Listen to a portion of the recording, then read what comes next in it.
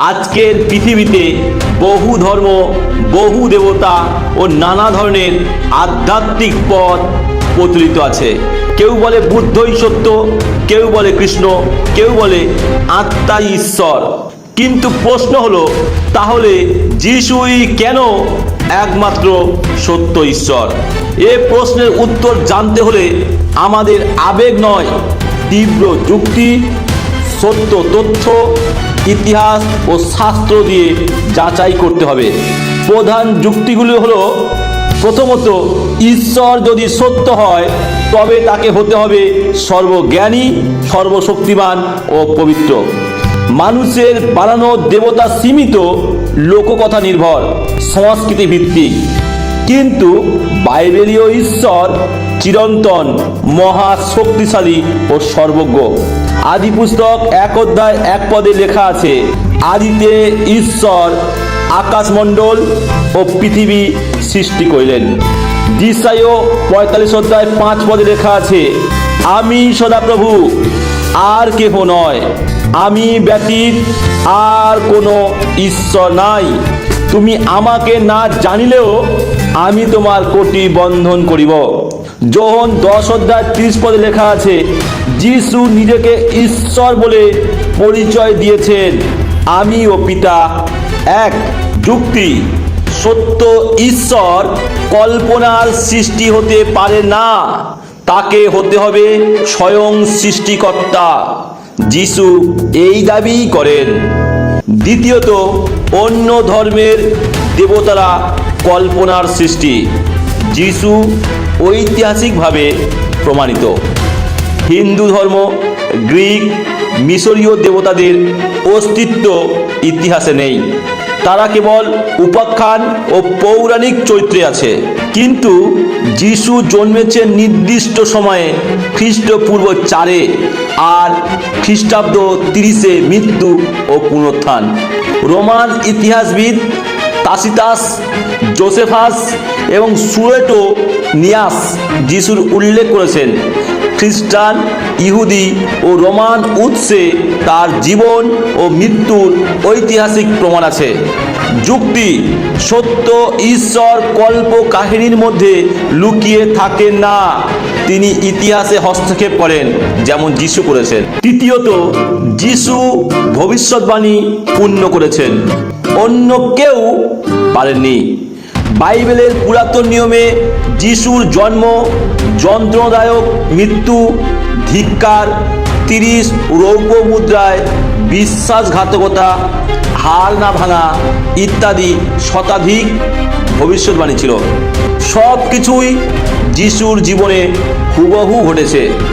অন্য ধর্মের কোনো দেবতা এমন নির্ভুল ও বহু উৎসভিত্তিক ভবিষ্যৎবাণীর মধ্যে দিয়ে যায়নি। যুক্তি, ভবিষ্যৎবাণীর নির্ভুল পূর্ণতা কেবল ঈশ্বরই ঘটাতে পারেন, যিশুর মধ্যে তা প্রমাণিত। চতুর্থত, যিশুর পুনরুত্থান একটি ঐতিহাসিক ঘটনা, যা অন্য কেউ করেননি। রোমান ক্রুশবিদ্ধকরণে মৃত্যু নিশ্চিত হতো, যিশু তাতে মারা যান। 3 দিন পর শিষ্যরা দাবি করল তিনি জীবিত। প্রথম করন্থীয় 15 অধ্যায় 6 পদে লেখা আছে, 500-র অধিক লোক তাকে জীবিত দেখেছেন। তার কবর ফাঁকা, দেহ খুঁজে পাওয়া যায়নি। রোমান, ইহুদি কেউ অস্বীকার করেনি। যুক্তি, কেবল ঈশ্বরই মৃত্যুকে জয় করতে পারেন, যিশু এটি ইতিহাসে করে দেখিয়েছেন। অন্য দেবতা কেউ মৃত্যু থেকে ফিরে আসেননি। পঞ্চমত, অন্য ধর্মে ঈশ্বর দূরে থাকে, যিশু নিজেই মানুষের মাঝে আসেন। হিন্দু ধর্মে ঈশ্বরকে পেতে বহু জন্ম তপস্যা লাগে। ইসলামে আল্লাহ অনেক দূরে সম্পর্ক নয়, আজ্ঞা পালনই মুখ্য। যিশু বললেন, তোমরা আমাকে চেনো, পিতাকেও চেনো। ঈশ্বর শুধু বিচারক নন, প্রেমিক পিতা। ইম্মানুয়েল, আমাদের সাথে ঈশ্বর।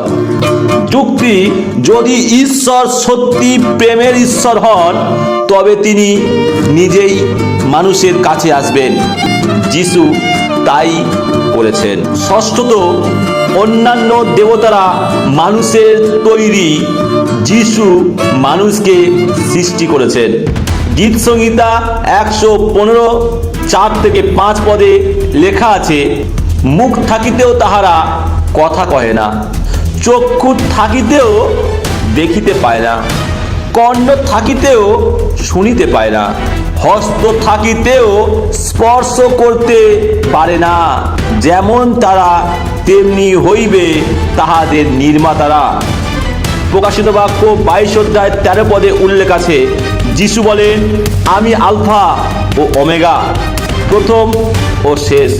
কলসীয় 1:16 পদে উল্লেখ আছে, যিশু সৃষ্টির শুরু থেকে আছেন। যুক্তি, সত্য ঈশ্বর নিজেই মানুষ সৃষ্টি করেন, মানুষ তাকে সৃষ্টি করতে পারে না। যিশু খ্রিস্টই একমাত্র সত্য ঈশ্বর, কারণ তিনি ঐতিহাসিক ও প্রমাণিত। তিনি ভবিষ্যৎবাণী পূর্ণ করেন। তিনি মৃতদের মধ্য থেকে জীবিত হয়েছেন। তিনি ঈশ্বরের প্রেম ও ন্যায়ের একত্র প্রকাশ। তিনি কল্পনা নন, সত্য সত্তা। তিনি দাবি করেন, প্রমাণ দেন ও ডাকেন। যোহন 14:6 পদে লেখা আছে, আমি পথ ও সত্য ও জীবন। তাই তুমি কাকে অনুসরণ করবে? কল্পনার দেবতা যার অস্তিত্বের কোনো প্রমাণ নেই, না সেই যিশুকে যিনি ইতিহাসে প্রমাণ দিয়েছেন, জীবন দিয়েছেন, পুনরুত্থিত হয়েছেন এবং আজও ডাকছেন? পৃথিবীর বিভিন্ন ধর্ম, দেবতা, দর্শন আমাদের বিভ্রান্ত করতে পারে, কিন্তু বাইবেল বলে, যোহন 8:32 পদে, সত্য তোমাদের মুক্ত করবে। সত্য একটাই, আর সেই সত্য হলো প্রভু যিশু।